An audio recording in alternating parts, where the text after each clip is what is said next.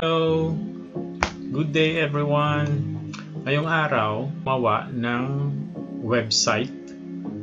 Free website lang siya para sakali sa business ko and sa my future vlogs ko.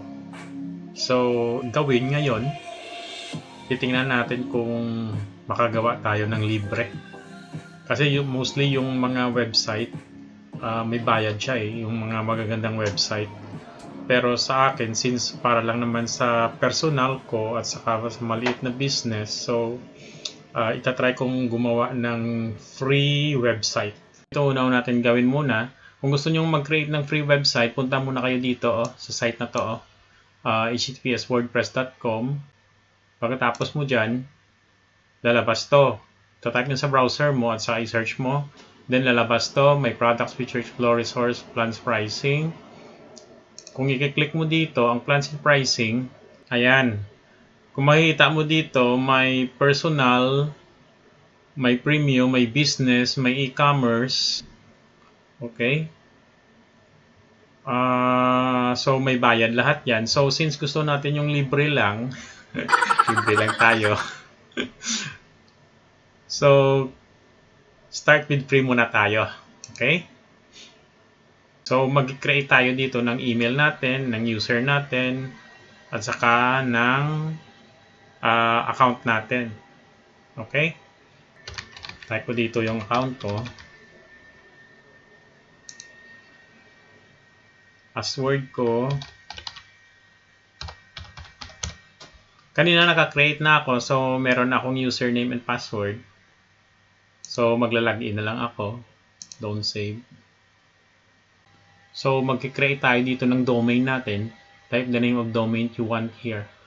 So, mag-create tayo. https://example.com. Ito yung parang website nyo na. Free na lang tayo muna. marsariswordpress.com. Start with the free site na lang tayo. Naka-create na tayo. So, getting start na tayo. Ito lang, ganito lang kasimple. Mag-create ng website. Ito na yung website ko. I-name natin yung site natin. Business Water Operation. And my personal vlogs about my everyday lives. Actually, may mga tutorial din siya So, yun lang. Naka-create naman tayo. Sundan mo na lang siguro yung mga instruction doon. So, ito yung home na natin. Ito yung vlog natin. Gusto natin mag-add dyan. Pero papalitan pa natin yung theme na to About, contact. Okay, dismiss natin.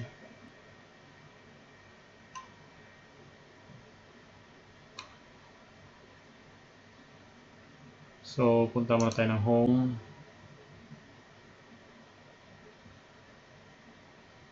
Punta tayo my site. Confirm your email. You send email. Email sent. Confirm natin muna to. Ayan. Diba? Custom address. marsariswordpress.com. Site address. Libre yan. Ito yung libre natin kanina.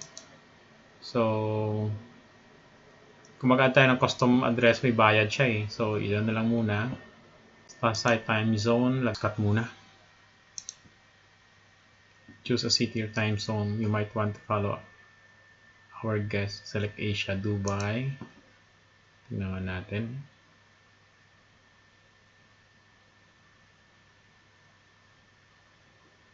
To post and keep using WordPress, you need to confirm your email. Just click.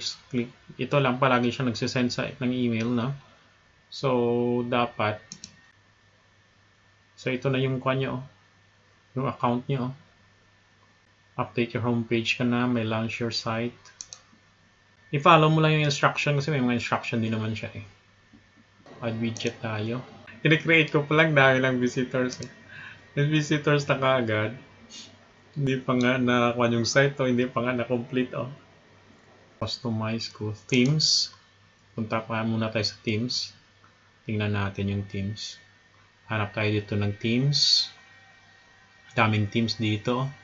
About Series Verified. Ito na yon yung ginawa natin. May home tayo dito, may blog, may about, may contacts. So, ganda siya. About. Pwede natin ma-change yan eh. Contacts, introduce. Ito, simple to. Maganda to. Ganda siya. Diba? Natutuwa ako dito. So, edit homepage.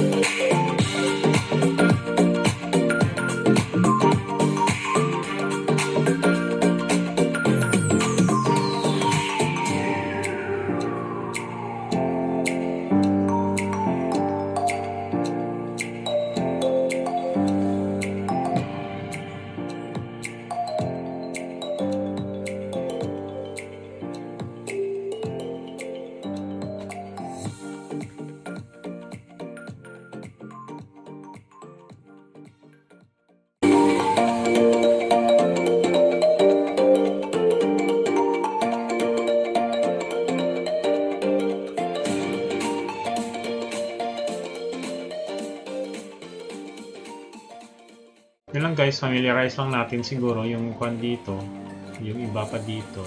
Anyway, may site na rin naman tayo. Edit na lang natin. No? So, ganyan lang naman. Hindi ko muna ito ipopost. Pang edit dito sa blog ko, sa feature ko ngayon about sa creating a website. Actually, simple lang siya eh.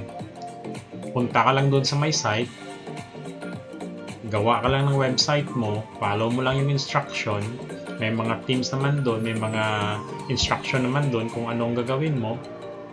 Yun lang, follow mo lang, saka fill up lang. Then later, pwede ka namang mag-exit, mag-login ulit, at saka edit mo na lang kung anong gusto mong mangyari sa webpage mo. So hanggang dito na lang guys, and see you in my next vlog. Okay? Bye!